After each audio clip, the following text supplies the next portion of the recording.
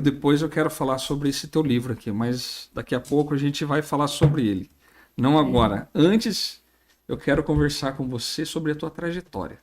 Vamos falar da Legal. sua trajetória. A gente fez curso, E é né? muito especial para nós, porque a gente Fizemos um curso junto há juntos. 9 anos atrás. Isso mesmo. E foi o start da tua vida. Foi o start. Foi quando a chave virou, né? Naquele momento que nós fizemos o curso, eu me lembro como se fosse hoje, assim, que eu trabalhava de funcionário em um banho e tosa. E passado uns 2 meses antes do curso, eu lembro que eu estava no supermercado com a minha esposa e com meu filho. E lá no supermercado eu estava com um vale alimentação de R$ 200.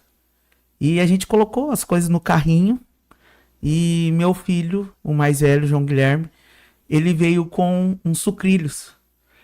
Só que naquela época eu tava com a água cortada de casa e eu e minha esposa não comia mistura. A gente comprava ovo pro nosso filho ali e as condições eram muito limitadas.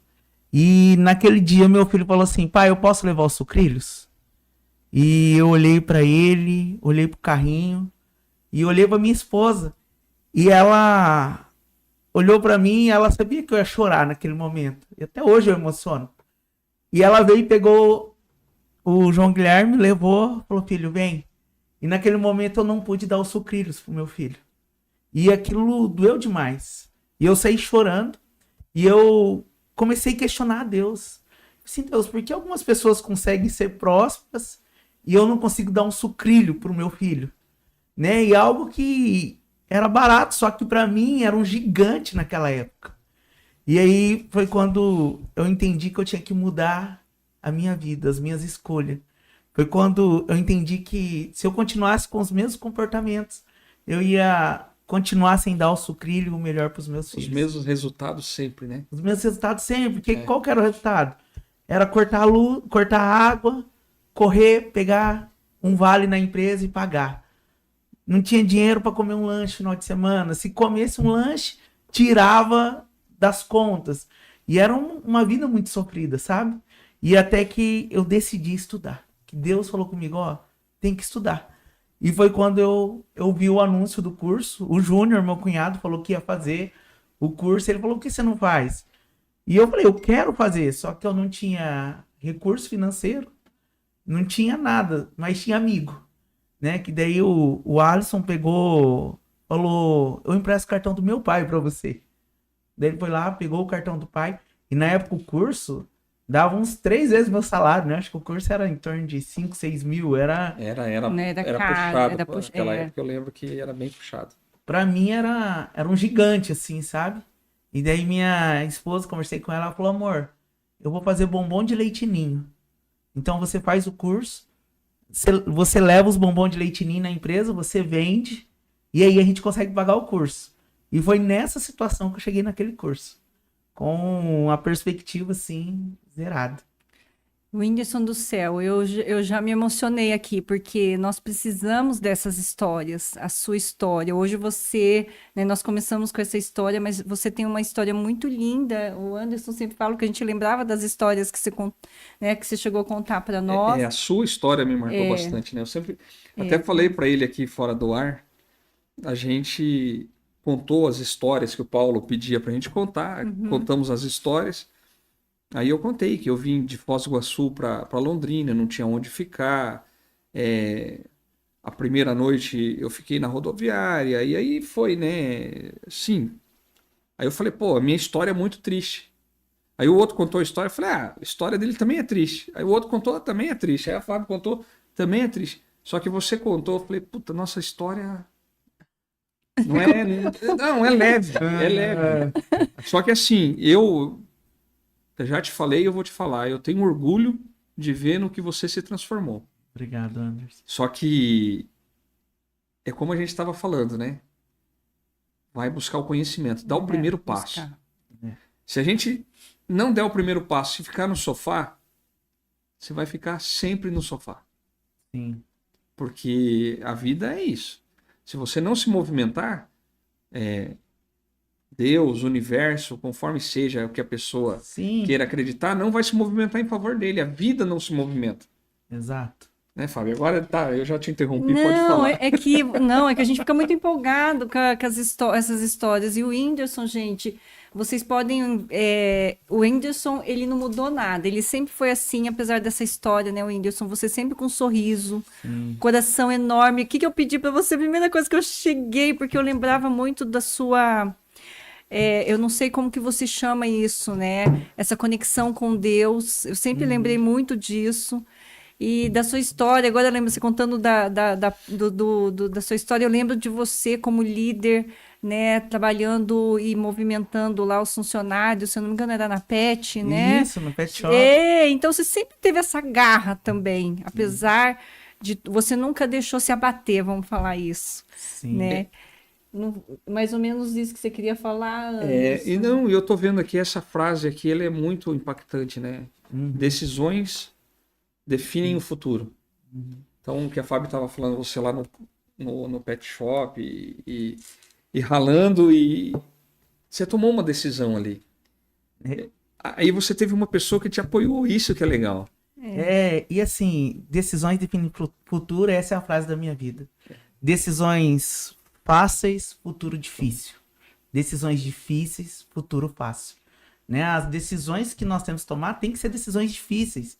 Abrir mão, pensa eu naquela situação, o pet shop era a segurança. Eu tenho que abrir mão da segurança.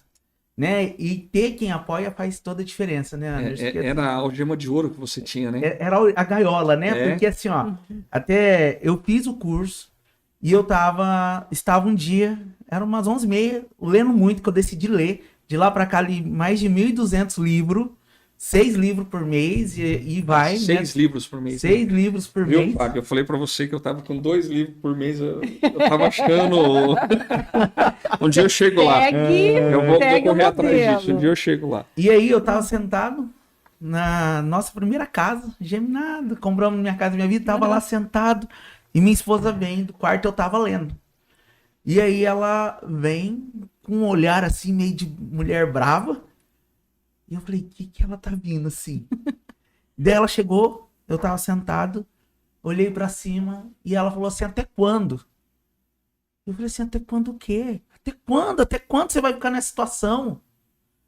Até quando o passarinho vai ficar dentro da gaiola? É uma gaiola de ouro. Até quando você vai ficar dentro da gaiola? E eu falei assim, calma, mas não é assim, eu não posso sair. Dentro da gaiola tem comida, você sabia? Falei dessa maneira pra ela. E daí ela falou assim, mas a comida que tem dentro da gaiola não está sustentando nem eu e nem seus filhos. Você tem que sair pra voar. Você não pode ficar preso. Uau. E aquilo foi um chacoalhão dentro de mim. Que a minha esposa era incrível, assim. Os resultados que eu tenho são devidos a ela. Ela nunca deixou e nunca permitiu que eu ficasse numa zona de conforto. Né? Ela sempre me jogou pro desconhecido, pro desconfortável, pro doloroso. E ela impulsionou a isso. O desconfortável, ele tem que existir, né? Tem que existir. Porque a gente fica na zona de conforto, e aí a hora que você vê, você tá na algema de ouro, gaiola de ouro. E você não consegue sair daquilo, porque você não imagina que pode melhorar, que tem coisa melhor do que aquilo ali. E a zona de conforto não é não trabalhar. É você fazer o que você já faz com os pés nas costas. Se o que você faz hoje como profissional, você já faz conversando, é igual dirigir. Né? Se você dirige e não pensa mais, preciso trocar de marcha, ou preciso dar seta, faz tudo no automático, isso é uma zona de conforto. Né? E não há crescimento na zona de conforto. Tem pessoas que trabalham muito, mas estão na zona de conforto. Né? Ela está mais de 10 anos sem fazer um desconhecido, desconfortável, doloroso. A academia dá esse exemplo para nós. Eu posso ir na academia todos os dias. Se eu ficar no mesmo equipamento, com o mesmo peso, não muda. Né? Fica o mesmo músculo. Agora, a partir do momento que eu vou para algo desconhecido, algo desconfortável, que é um peso maior, aí começa a ser doloroso. Aí eu estou na zona de crescimento. E foi exatamente para onde a minha esposa me impulsionou. Né? E foi quando eu decidi a começar a empreender. Né? Que aí nós saímos dessa zona e aí eu fiz mais uma formação de consultor empresarial e consultor para franquias. E aí eu abri a minha primeira empresa junto com o Alisson, meu sócio. que foi a Hábitos, que é uma franqueadora de consultoria empresarial. Nós formamos consultores, né? E na Hábitos, o nosso símbolo é a águia, né? Porque o passarinho voou e se tornou águia, né? E as nossas fotos todas são assim, para mostrar que realmente não vale a pena ficar preso dentro de uma gaiola de ouro, né? Tem que abrir mão da segurança, gente. E é muito desafiador. Hoje eu estava falando sobre exatamente o sair da gaiola. Precisa de muita coragem. Porque vamos falar, não é para todo mundo. E o que eu queria acrescentar aqui, que me chama a atenção, que nós estamos com 2 homens, eu sou a única mulher. Eu digo isso porque meus parabéns, porque você escutou sua esposa. A grande maioria dos homens, às vezes, é incômodo escutar da mulher, o chacoalhão da mulher, né?